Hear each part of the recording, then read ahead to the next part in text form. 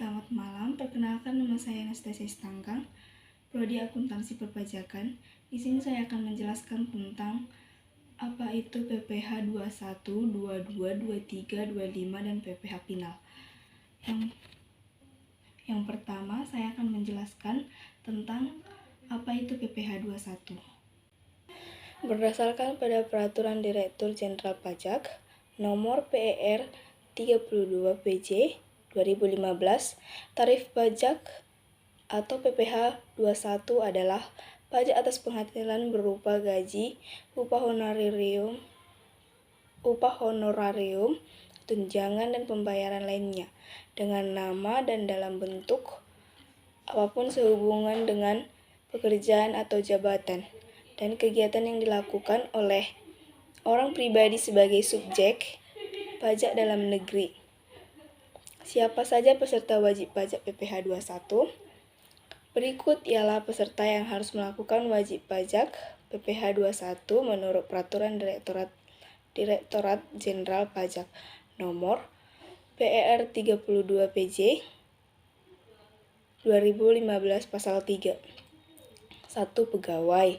2. Penerimaan uang pesangon atau pensiun, uang manfaat pensiun, tunjangan hari tua atau jaminan hari tua termasuk ahli warisnya. 3. Bukan pegawai yang menerima atau memperoleh penghasilan sehubungan dengan pemberian jasa. 4. Anggota Dewan Komisaris atau Dewan Pengawas. 5. Mantan pegawai dan peserta kegiatan yang menerima atau memperoleh penghasilan sehubungan dengan keikutsertaannya dalam suatu kegiatan. Tarif pajak PPh 21.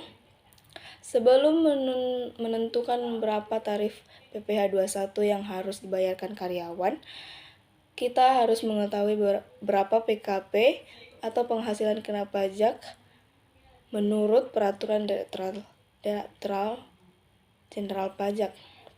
Yang pertama, penghasilan kena pajak atau PKP jika jumlah penghasilan lebih dari 450.000 per hari.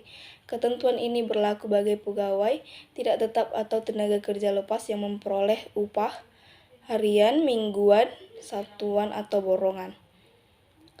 Sepanjang penghasilan kumulatif yang diterima dalam 1 bulan kalender telah melebihi Rp4.500.000.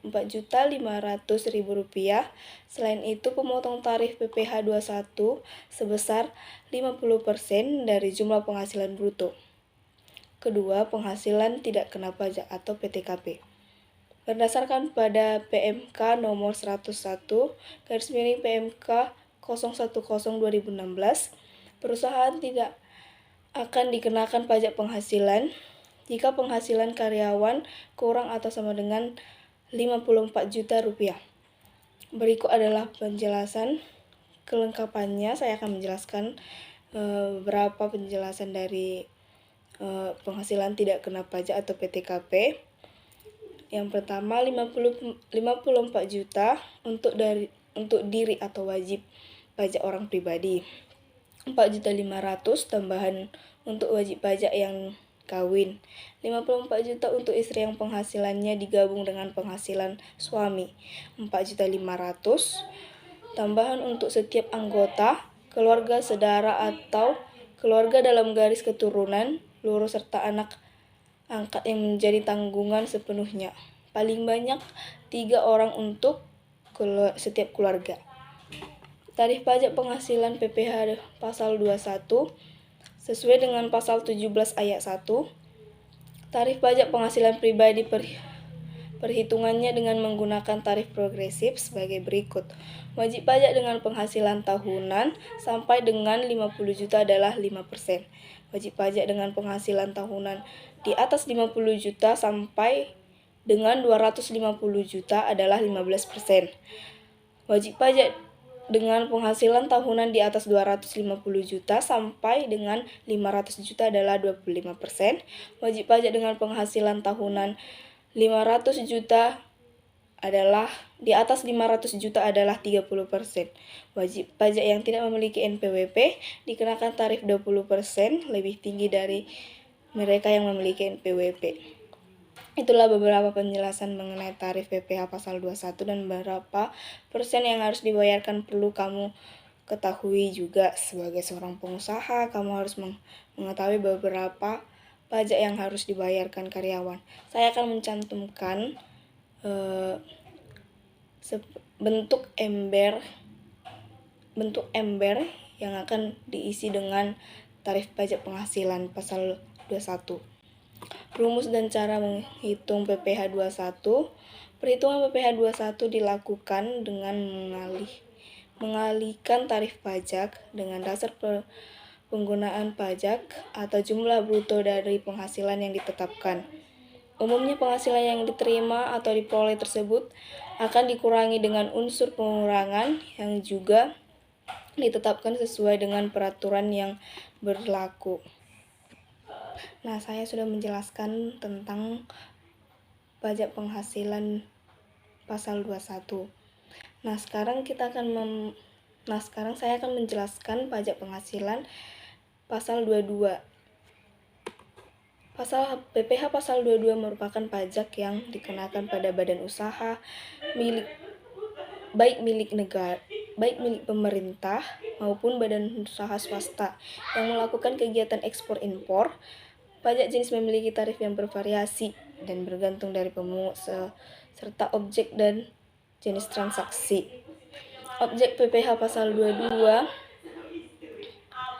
Saya akan menjelaskan tentang objek PPh pasal 22. Objek PPh pasal 22 ditentukan berdasarkan peraturan Menteri Keuangan atau PMK nomor 34/PMK 010/2017 tentang pemungutan pajak penghasilan pasal 22 sehubungan dengan pembayaran atas penyerahan barang dan kegiatan di bidang impor atau kegiatan usaha di bidang lain.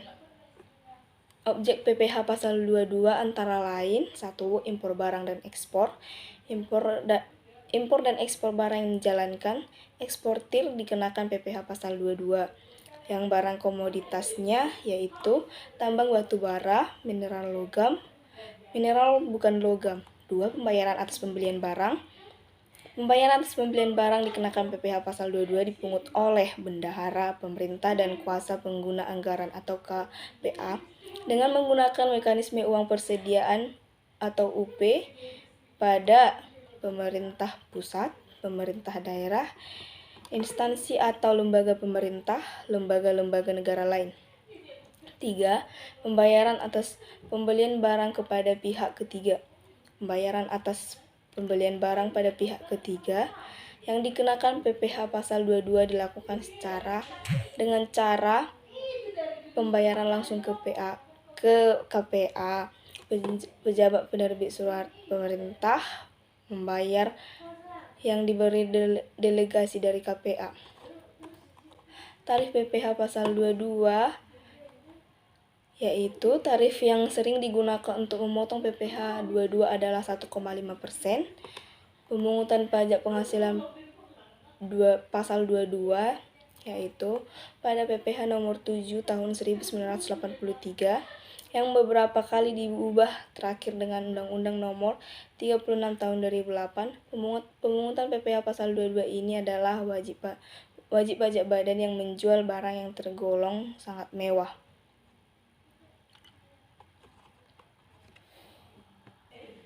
Dapat kita lihat seperti contoh berikut cara penghitungan pajak PPh pasal 22. Nah, sekarang kita masuk pajak PPh pasal 23. PPh pasal 23 ditentukan dari nilai dasar pengenaan pajak atau DPP atau jumlah bruto dari penghasilan. Terdapat dua jenis tarif yang dikenakan pada penghasilan, yaitu tarif sebesar 15% dan 2%. Tarif tersebut tergantung pada objek PPh pasal 23 antara lain tarif 15% yang dikenakan untuk dividen, bunga, royalitas, dan hadiah penghargaan, bonus dan lain sebagainya. Tarif 2% digunakan oleh sewa dan penghasilan lain sehubungan dengan penggunaan harta kecuali yang dikenai PPh pasal 4 ayat 2. Kedua, imbalan jasa teknik, manajemen, konstruksi, konsultan dan catering dan jasa lain sebagainya. Pengecualian PPh pasal 23, tidak semua penghasilan dapat dikenakan PPh pasal 23. Berikut daftar pengecualiannya. Berikut daftar pengecualian PPh pasal 23, yaitu penghasilan yang dibayar atau berulang kepada bank, sewa yang dibayar atau terutang sehubungan dengan sewa guna usaha dengan hak opsi. 3. Dividen atau bagian laba yang diterima atau diperoleh perseroan terbatas sebagai wajib pajak dalam negeri, koperasi atau BUMN, dan penyertaan modal pada badan usaha yang didirikan dan bertempat kedudukan di Indonesia dengan syarat. Dividen berasal dari cadangan laba yang ditahan bagi perseroan terbatas atau BUMN, kepemilikan saham pada badan yang memberikan dividen paling rendah 25%. Subjek pemotong dan subjek yang dipotong PPh pasal 23. Subjek yang menjadi pemotong PPh pasal 23 artinya wajib pajak tersebut yang menerbitkan bukti pemotong PPh pasal 23 kepada lawan transaksi. Sementara subjek yang dipotong artinya wajib pajak menerima bukti pemotong PPh pasal 23 dari lawan transaksinya. Subjek pemotong PPh pasal 23 yaitu 1. Badan pemerintah, subjek pajak badan dalam negeri, penyelenggaraan kegiatan, bentuk usaha tetap atau BUT atau BUT, perwakilan perusahaan negeri lainnya, wajib pajak, orang pribadi dalam negeri tertentu yang ditunjuk Direktur Jenderal Pajak atau DJP. Subjek yang dipotong PPh pasal 23 yaitu 1. Wajib pajak dalam negeri, 2. Bentuk usaha tetap atau BUT. Setelah saya menjelaskan tentang PPh pasal 23, selanjutnya saya akan menjelaskan PPh pasal 25. Pajak penghasilan pasal 25 memuat aturan tentang bagaimana wajib pajak mengangsur kewajiban pajak di muka sehingga wajib pajak tidak mempunyai beban utang pajak yang besar yang harus dibayar ketika batas waktu penyampaian surat pemberitahuan tahunan pajak penghasilan. Kewajiban angsuran pajak ini akan timbul ketika wajib pajak mempunyai utang pajak penghasilan kurang bayar di surat pemberitahuan tahunan pajak penghasilan. PPh pasal 25 bisa juga disebut dengan cicilan.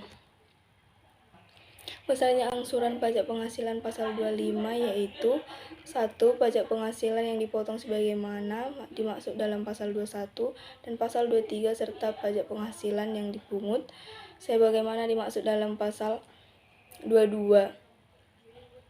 2. Pajak penghasilan yang dibayar atau terutang di luar negeri yang boleh dikreditkan sebagaimana dimaksud dalam pasal 24 dibagi 12 atau banyaknya bulan dalam bagian tahun pajak. Contoh perhitungan PPh pasal 25 dapat kita lihat dari contoh berikut. PPh 25 disetor pada tanggal 15 bulan berikutnya, dilapor pada inisiatif sendiri terakhir tanggal 15. Selanjutnya adalah PPh final. Secara sederhana, perbedaan PPh final berarti pajak yang sudah selesai atau dikenakan langsung saat wajib pajak menerima penghasilan, sedangkan PPh tidak final adalah pajak yang belum selesai atau pajak yang diperhitungkan kembali dengan penghasilan lainnya untuk dikenakan tarif umum dalam pelaporan SPT tahunan. Apa itu PPh final dan contohnya? PPh final adalah pajak penghasilan yang sifatnya langsung diberikan kepada wajib pajak saat menerima penghasilan dan tidak akan dihitung lagi dalam SPT tahunan PPh, hanya melaporkannya. Jadi si wajib pajak ini langsung menyetorkan PPh final, tapi tetap perlu melaporkannya secara tertulis dalam formulir SPT tahunan. Apa saja yang termasuk PPh final? Yang termasuk dalam PPh final yaitu bunga dengan tarif 20%, sewa dengan tarif 2%, jasa konstruksi 2%, dan lain sebagainya. Untuk mengetahui lebih dalam lagi mengenai pajak, mari bergabung di Politeknik Wilmar Bisnis Indonesia. Terima kasih.